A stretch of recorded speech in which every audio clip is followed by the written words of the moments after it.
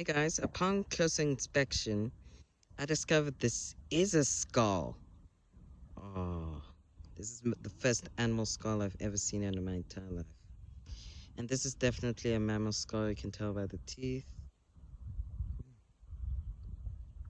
Definitely looks like a rodent species. In fact, this was lying by their den. It's cool. And you can see at the front, it has sharp teeth. Hmm. Maybe I can give it to my biology teacher. She has some of these creature relics that she's collected from her students and from herself.